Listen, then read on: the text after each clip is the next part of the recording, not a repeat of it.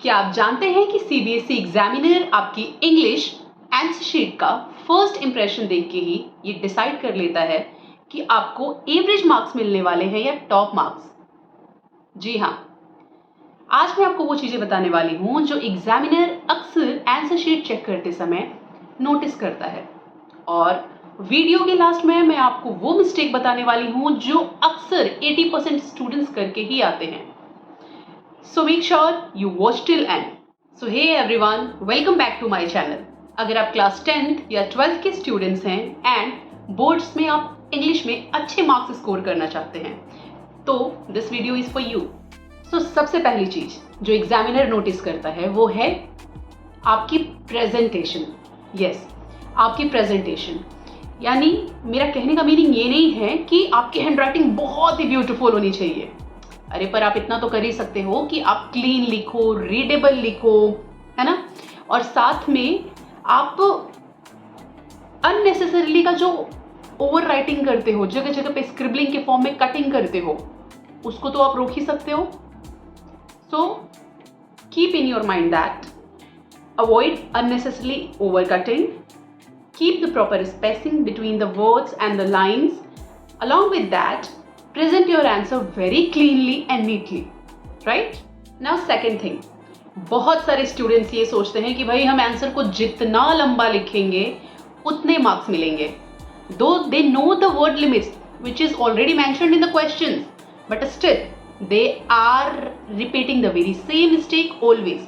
So भाई answer ज़्यादा लंबा लिखने से आपको मार्क्स अच्छे नहीं मिलने वाले हैं।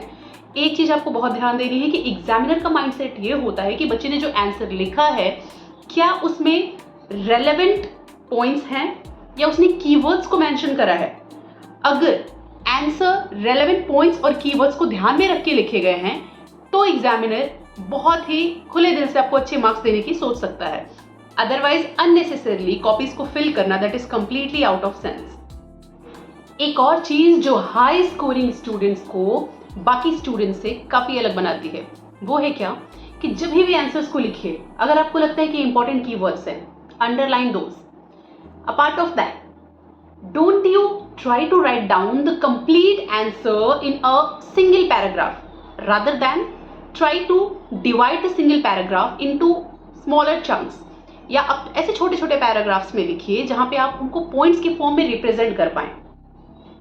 इससे ये होता है कि एग्जामिनर को पूरे पैराग्राफ को एक साथ लाइन बाय लाइन न रीड करके उसको एग्जैक्टली रेलेवेंट पॉइंट अंडरलाइन वे में पॉइंट्स के फॉर्म में डायरेक्ट दिखते हैं और वो आपको मार्क्स देने में एग्जामिनर को काफी हद तक आसानी रहती है। अब बात करते हैं उस सबसे बड़ी मिस्टेक की जो अक्सर 80% स्टूडेंट्स करते ही करते हैं। अगर एग्जाम में कोई एक ऐसा क्वेश्चन आया हो जो स्टूडेंट्स को रिकॉल नहीं हो पा रहा हो, उसके आंसर्स उनको याद नहीं आ रहे हो, तो usually they leave that particular question. Now I'm telling you, don't you leave the question completely. Rather, try to write down the relevant points only. If you have remembered the relevant points, that is completely fine. अगर आपको पूरे question का answer नहीं लिखना, आपको नहीं याद है, आपको कुछ पॉइंट्स याद हैं, कुछ चंक्स में अगर आपको थोड़ी थोड़ी सी इंफॉर्मेशन आपके दिमाग में आ रही है, आप उसको पॉइंट्स के फॉर्म में लिखिए। बिकॉज सीबीएसई स्टेप मार्किंग भी करता है।